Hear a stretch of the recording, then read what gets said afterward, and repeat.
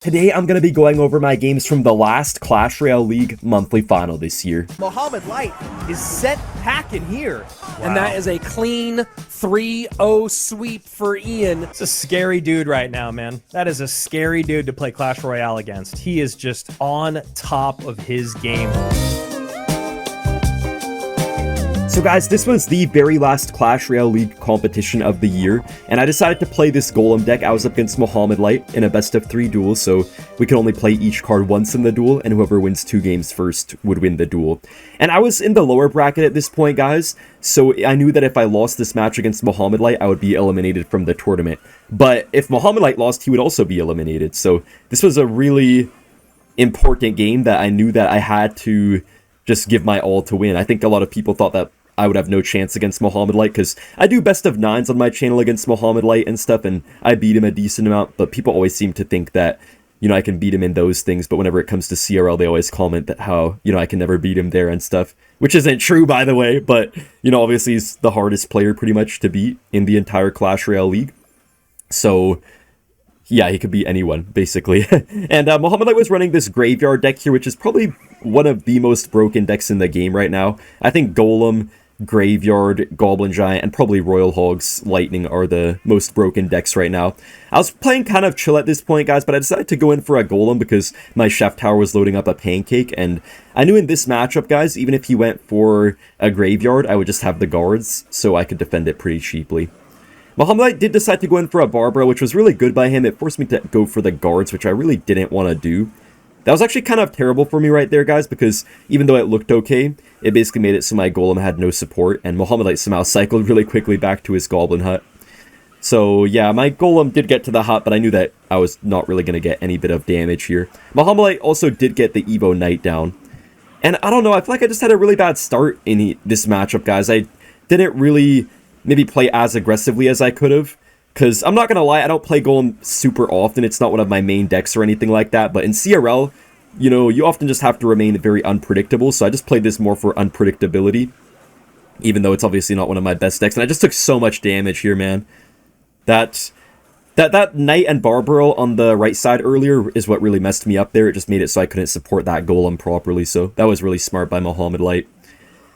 But yeah, I was hearing from some players that usually Golem in this matchup does have a good chance in single elixir, but you have to just get a lot of damage in single elixir, and I was playing maybe a little bit more passive than I had to be in on that, you know, one Knight Barbaro that Mohamed Light went for. I kind of just defended it a little bit awkwardly.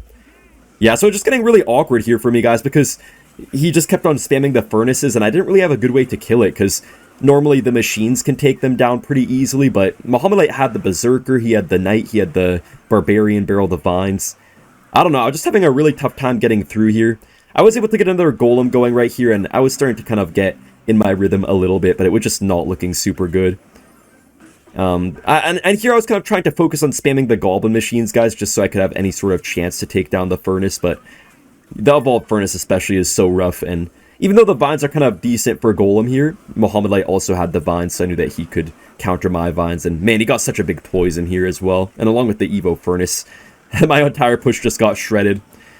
And guys, this was a really important match because I knew that the winner of this best of 3 duel would probably get a better seed in Worlds, because basically, guys, the top 4 people on the CRL points leaderboard, which is basically like the overall accumulation of all your performances in CRL this year, the top 4 would get a first round bye in World Finals, which basically means that you get a free win as your first win, whereas all the other players have to play like normal. So I knew that if I could win here, it would be so good, but I did lose this game. But I knew that it wasn't over yet, guys. I was only down 0-1 against Mohamed Light, but it did mean I had my back against the wall. I was in a best of 3, and if I lost one more game, I would just be completely out of it, which is not a position you want to be in against Mohamed Light.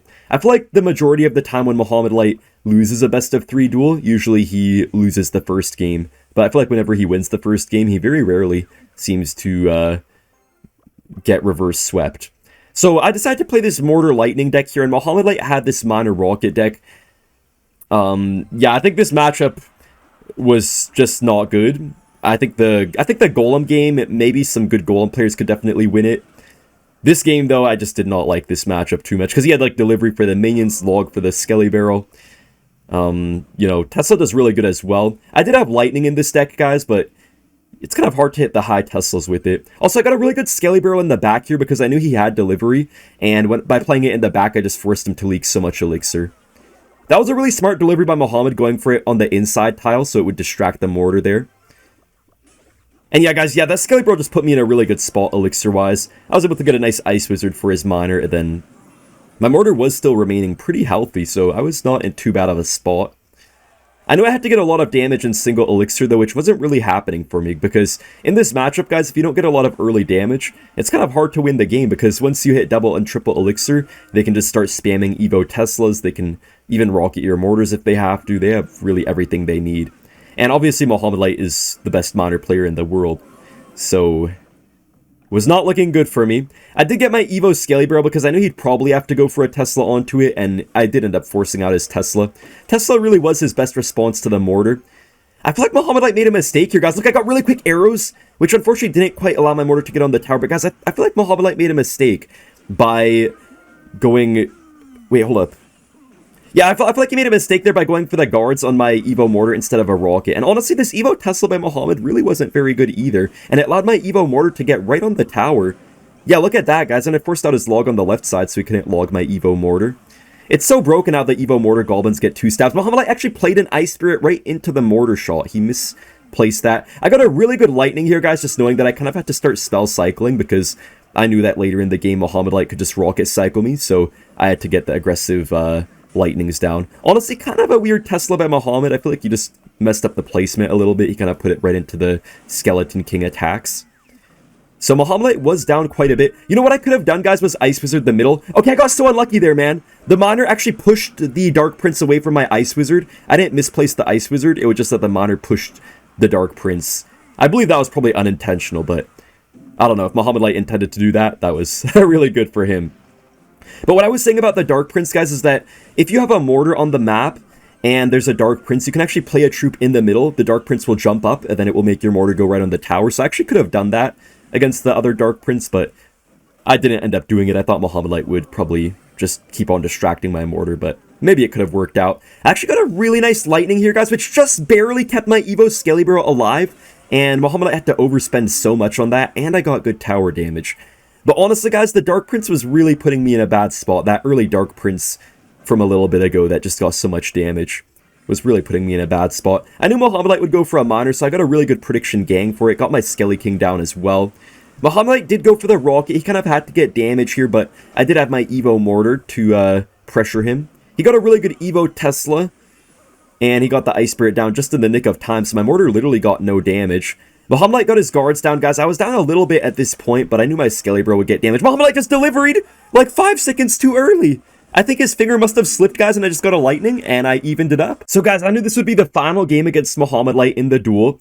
I was playing this Royal Giant deck with this Spirit Empress. Mohamed Light was playing Mega Knight Goblin Drill. So I decided to play the start kind of chill, just cycling my cheap cards, not really trying to do anything too much. He went for the Electro Wizard, so I knew I could just get a nice Fisherman down, and then the EWIS does reset the Fisherman, so I was going to go for an Ice Spirit. But then he just ended up going for the Mega Knight at the bridge.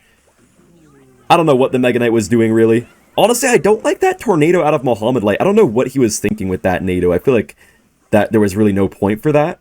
And guys, here I knew he'd have to spend some elixir. I knew he'd have to go for something. I didn't know what he would go for. He ended up going for a Ghost, so I just went for an RG because I knew he literally had no elixir. Now, as you can see, he didn't literally have no elixir. He had enough for a late Golden Knight. But I just decided to ignore the Ghost because I knew he was very low on elixir. I knew right as he played that Golden Knight, he was at 0 elixir. So I got a really good Fisherman to pull that away. Mohamed Light went for a Snowball, which didn't even hit my Fisherman. And just like that, guys, I had severely comboed Mohamed Light in single elixir. I got some really good Goblins, just having excellent recognition that his cycle was really expensive. So if he wanted to defend those, he'd have to overcommit heavily. So he decided not to defend them. So guys, I was in a pretty good spot right now, but my cycle was actually really awkward with the Spirit Empress. So I made kind of the weird play to just leak elixir here. What I could have done is gone for like a Monk on the drill or something like that, guys, but I actually purposely leaked elixir there, just knowing that Mohamed Light is really good at punishing people for overcommitting. So I just wanted to keep everything in hand. Mohamed Light ended up going for the Ghost in the back, so I kind of had to Monk at this point. And what I was kind of scared about here, guys, was the Evolved Mega Knight, because I knew that in this matchup, RG has a pretty good time breaking through. It can do pretty well here. I think this was a pretty good deck pick for sure by my coach, but The Evo Mega Knight, though, is really good defense for him. When he gets to his Evo Mega Knight, you can't really get through with an RG. You could try to Fisherman or something sometimes, but oftentimes it just doesn't end up working out well. Mohamed did get a bit of Magic Archer damage, so I knew I had to kind of step it up, guys. I decided to go for that Empress on the left side. Just trying to go, like, turn the attention away from the right side tower, bring it to the left side, so I could start to actually build up a push.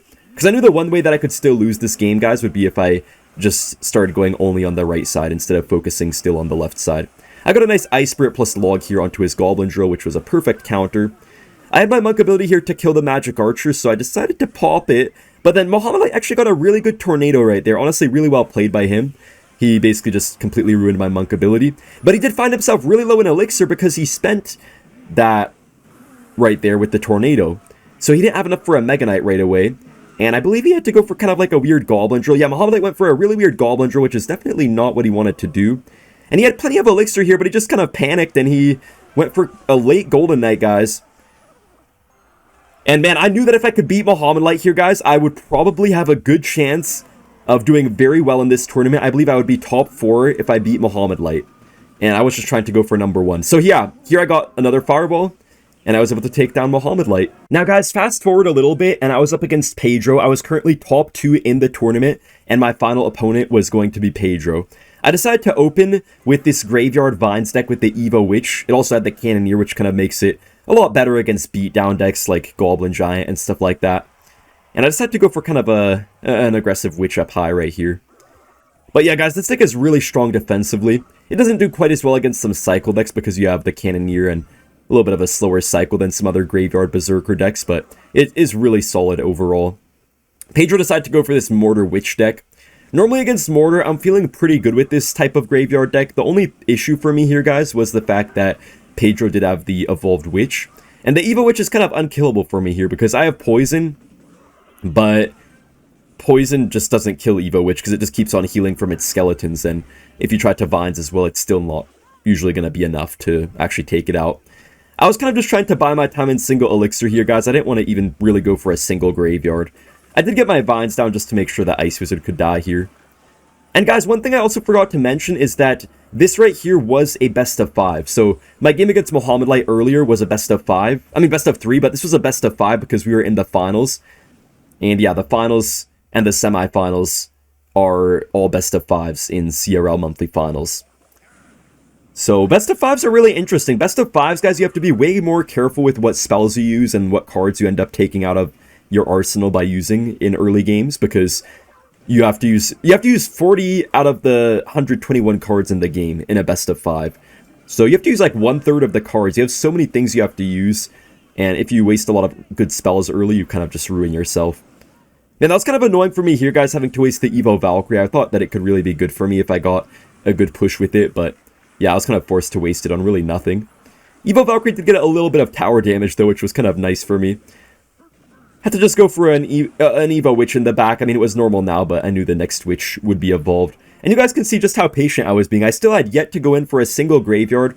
I knew that Pedro had the evolved Witch in cycle, so I just could not really go in until I maybe got like an Evo Valkyrie or something like that down. And I did go for the Poison here to get a bit of tower chip. That was kind of nice for me. Honestly, guys, one thing I really want to pay attention to here is my coach's decision to put Valkyrie in this deck over the Knight. Because I'm not going to lie, dude, if I had like a Knight right here, I would have just been dead. I would have been so dead, I feel like. But the fact that I had Valkyrie was helping me out so much in this match, especially against Pedro's Witch. And by the way, guys, this match here was for $6,000. Like, if I could overall beat Pedro in this monthly finals, I would win $6,000 more dollars. I had $9,000 secured, but the winner would get $15,000. I decided to go for my Ice Wizard off to the side here, got a Barbarrel off as well, but Pedro did get a nice Goblin gang, just knowing that I would probably waste my Barbarian Barrel. Guys, I still did not go for a single Graveyard this whole game. There was really no reason to. You know, I could kind of just like Poison Chip him, and I was just waiting to get to my Evo Valkyrie. So I finally got a normal Valkyrie down right here, guys, and I was ready for my final push to soon commence with my Evo Valkyrie. But actually, I believe I got a little bit ahead of myself, and here I ended up going for a Graveyard. Just because I had a good push set up, I was in a good spot Elixir-wise. I knew I could just get nice Vines on the Evo Witch. I also hit the Skelly King as well. But it really didn't get much damage for me. The Ice Wizard got a little bit of splash, but The left side Ice Wizard of Pedro also got quite a bit of splash. The good thing for me, though, about that push, guys, was that I forced out his Evo Witch, so his next Witch wouldn't be evolved. And I did have my Evo Valkyrie here as well to kill absolutely everything, but it did take a lot of damage, though, in the process. So here I knew my Goblin Hunt and stuff would distract, so I decided to go for another Graveyard. I knew he only had normal Witch, so he couldn't really kill this too easy. I got such a good poison hitting the Witch, hitting the Ice Wizard, some of the Spear Goblins and stuff. Witch got on the tower there for so much damage, guys. Look at all the damage my Evo Witch was getting there. And that just goes to show exactly how you want to play this type of Graveyard deck. Just going for one good Graveyard when they have exactly the... I mean, he had a good setup, honestly. Like, he had the right setup. Like, when you have the exact right cycle and you go for one good push, that's really all you need in a matchup like this. If I was too aggressive with the Graveyards in single, I guarantee you Pedro would have punished me so heavily with the Witches and stuff like that, but... yeah, just that one push got me so much damage, and I just had to really lock it down here, make sure that I got my interactions right, my cycle right. I knew Poison wouldn't really kill the Evo Witch, but I just wanted to take down the Skeletons and mess up his Skeleton King ability a little bit as well. But yeah, I was really happy, but honestly, winning one game really doesn't matter much here, guys, because it was a best of 5, so it's the first person to win a total of 3 games who actually wins this best of 5. In game number 2 against Pedro, I decided to go for Miner Rocket, which is a deck that I'm pretty comfortable with, so I was feeling pretty good going into it. Pedro did have the Chef Tower, so I basically knew right off the bat that it would probably be a Goblin Giant deck, if not something like Golem. So yeah, when I saw the Ewes, I was sure it would be Goblin Giant. I feel like the worst thing here, guys, is the Little Prince, honestly, because when you have no delivery in this deck, it makes the big pushes so hard. Like, normally you have the delivery instead of Little Prince, but I don't know, I feel like the delivery can get a lot more value. Maybe I'm wrong, though. I guess if you use the Little Prince ability right, you can be pretty good, but without the delivery, it can get really hard to stop the Furnaces, especially the Evo Furnaces. And one of the biggest issues in this matchup as well has to be the Goblin Machine. Honestly, though, the Curse is not the best. I feel like ever since the nerf that the Goblin Curse got, it's really just not that good. I don't know how Pedro got this much damage, though. Like, I don't even know what happened. I literally defended that Goblin Giant from getting a single hit on my tower, but I think somehow one of the Spear Goblins got on the tower, a couple Machine Rockets, and just like that, I lost a third of my tower. Also, guys, another really annoying thing here was definitely the Furnace, because well, I already said the Furnace is annoying, but, like, the fact that I had no Poison is also really frustrating in this matchup. When you have Rocket, you just can't really ever play it. It feels like kind of a dead card here in this matchup, but when you have Poison, you can always poison out the Furnaces, which is so nice, but yeah, I just did not have that luxury. I already thought I lost the game at this point. I had some decent defense on, like, the Guards and the Ice Spirit against his Prince and whatnot, but I don't know, I don't really love the Dark Prince in this type of matchup too. I feel like with a Knight or a Valkyrie or maybe a Mighty Monitor, you do much better as well. To be honest, though, I think this matchup could maybe actually probably be my matchup if I play 100% perfect, but you just need to have a good start, though. And I really just didn't have a good start, so I was not feeling good here. I was just down so much damage, and when you're down a lot of damage with a deck like Miner, it's just almost impossible to come back. I did go ahead and Rocket the Prince right here. Not really a good play, but I just had to because I was down so much that if I didn't Rocket there, I would just be, you know, dead. That was actually a very good log there, allowing the Little Prince to finish off the Prince of his, and then I knew that he would go in for a push here, but I did have my Evo Tesla, so I wasn't too worried about it. And I was kind of slowly coming back in this game. I knew if I could defend this push perfectly that I actually would not be in a terrible spot in damage. But man, his Goblin Giant just kept on getting these little bits of Spear Goblin chip damage. Yeah, look how much damage that got, guys. Dude, just his Spear Goblins got well over a rocket worth of damage right there from that single Goblin Giant push. I thought I was just completely dead here, but you guys will see some crazy stuff happen soon. I decided to go for a Tesla down the middle. I feel like this Goblin Giant by Pedro was kind of bad. He was just sort of spamming for the heck of it instead of actually trying to make a good push, I feel like. And I actually finally got a nice, I believe, Little Prince ability. No, I didn't, actually. One mistake I feel like I made here, guys, is that I was not going for my Little Prince ability too much. I think I definitely should have tried to go for it more. The reason why I didn't play my abilities too much, guys, was because I was oftentimes going for my Little Princess kind of off to the side, because at first I thought he had maybe a Lightning or something like that in his deck, but later on I realized that he actually didn't have that at some point or another. I mean, by now, of course, I already knew he had no Lightning or something like that, but yeah, I thought maybe he would have that, so I was always going for the Little Princess to the side, but if I had known earlier that he would have had no spells, I mean, no big spells, I probably would have changed the positioning. Also, I don't know how that Goblin Machine somehow heat-seeked the rocket to my tower there, guys. That's kind of insane. that the rocket somehow landed on my tower with a charging Dark Prince going down the lane. That was kind of a trash Goblin Machine by Pedro. I think maybe he thought my Dark Prince would have connected there, but I really don't think it would have. I did get my Evo Ice Spirit, just trying to keep that Tesla alive from the Goblin Machine. Got a nice Dark Prince as well, which was able to take out Pedro's Goblins. Kind of bad Goblins by Pedro. And here I was thinking, like, this is my one chance to get damage here, man. I just need to make a push here. I got a very nice Rocket down, which actually predicted his Goblin Machine and got me pretty good value, almost taking down the entire Goblin Machine with that rocket and getting very good tower damage. And you guys can see the matchup was starting to feel a lot easier here as I got later in the game. I just had more elixir to go for good pushes, and I was able to get a nice position little Prince. I got a very good ability as well, but it just felt too little too late at this point, you know? I decided to go in for a Monitor here. I could have maybe gone for a rocket, but I feel like I just wouldn't have been able to defend if I did, so yeah, I got a Monitor down. I want to get one more Monitor, getting a little bit more chip damage, than maybe I was thinking a rocket could potentially take it for me. So yeah, here I went for a Monitor in the front, just trying to be kind of obvious, which ended up working because sometimes the obvious positions are the least obvious. But yeah, it just was not quite enough damage for me, and it honestly really just came down to the start. At this point in the duel, guys, I decided to go for an RG Tombstone deck. It's a very heavy defensive deck, and we were expecting Pedro could play maybe like a Goblin Drill deck, or we knew that he could also play RG himself, and he actually did end up going for an RG deck. Now, this RG deck is pretty good against other RG decks usually because I have the Cannoneer Tower, which just gives you a lot more DPS, and also the Tombstone is kind of nice for field control. But Pedro actually did have the Tombstone as well, and he pretty much had the same deck as me, just he had no Cannoneer Tower, and also he had the Lightning instead of a Fireball.